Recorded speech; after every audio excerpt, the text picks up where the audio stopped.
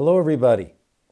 I hope you've been enjoying this countdown to Passover each day at a time when there are so many stresses and so many real fears out there. We thought that maybe it would be nice to make a few moments each day so that everyone could reflect about Passover, or even to smile, or even to laugh. So please accept these presentations the way they're intended, to have a moment's respite from the awesome challenges, the real challenges that we all face. And so today we begin our study of the real staples of Passover and the Seder, and that is the food. We're going to spend a couple days on the food. Today we talk about the brisket. That's right. The central feature of any self-respecting Passover Seder is the brisket. We have uncovered the original recipe of the brisket, found at Sinai many years ago. We've uncovered it. We've passed it down from generation to generation. We're presenting it to you this evening.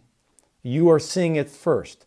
I know different people wonder about what happened at Sinai. Some people think we received everything about the brisket that we ever need, and we're not allowed to tinker with it or change it in any way. We call them fundamentalist brisket people.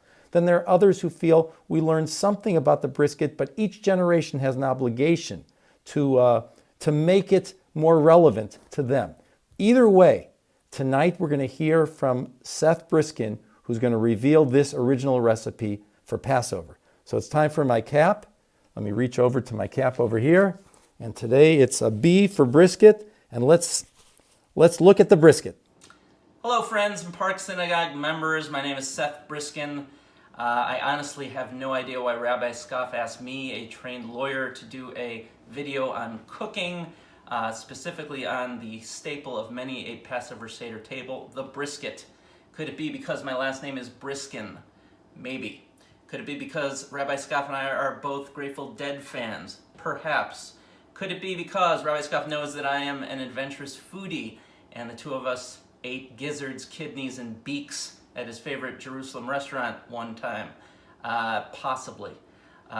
For sure, it's not because of our taste in baseball teams or our choice in hats. So this is for you, Rabbi.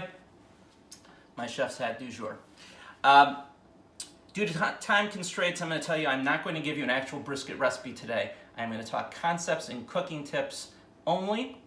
If you want a recipe, you can certainly contact me offline, or you can go to this wonderful thing called the Jewish internet. It's wonderful. I don't have one recipe myself. I have a mishmash of lots of things from my past, my grandmother, my mother, brisket recipes. They're all Ashkenazic based, more or less a sweet and sour recipe, much like my personality. So let's get to cooking the brisket.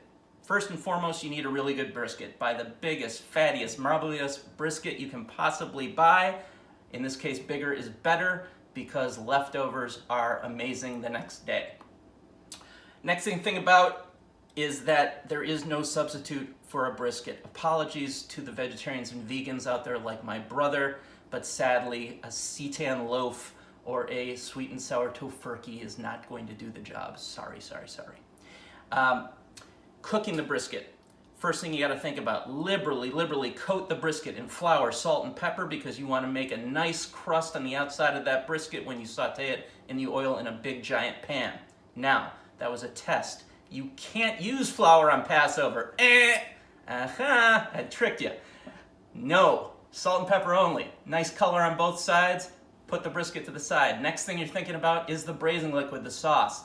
Typically, I go with tomatoes, crushed tomatoes, broth of some sort, chicken or beef, cider vinegar, brown sugar. You can throw other cool saucy flavors in there too, like ketchup, like chili sauce, like even Coca-Cola.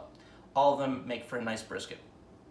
Next thing you gotta think about is sauteed vegetables. Again, in oil in the saute pan, typical usual suspects are onions, garlic, carrots, celery. Any vegetable you want to throw in there, fine with me. You want that all in a pan too. Then assemble. You want all the sauce, all the vegetables on the bottom of the pan, covering the brisket. You want it coated over the top because everything is going to shrink down over time.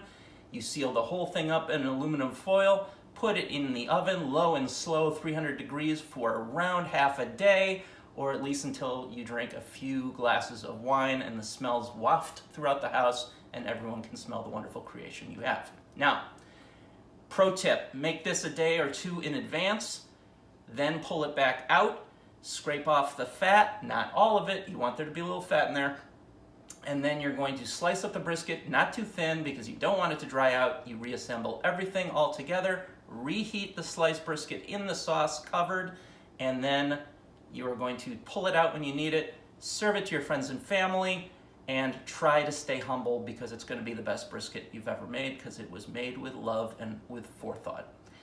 With that, those are the brisket tips from the Briskin chef. I wish you and your family from my family a very warm, very fun, very delicious Passover Seder.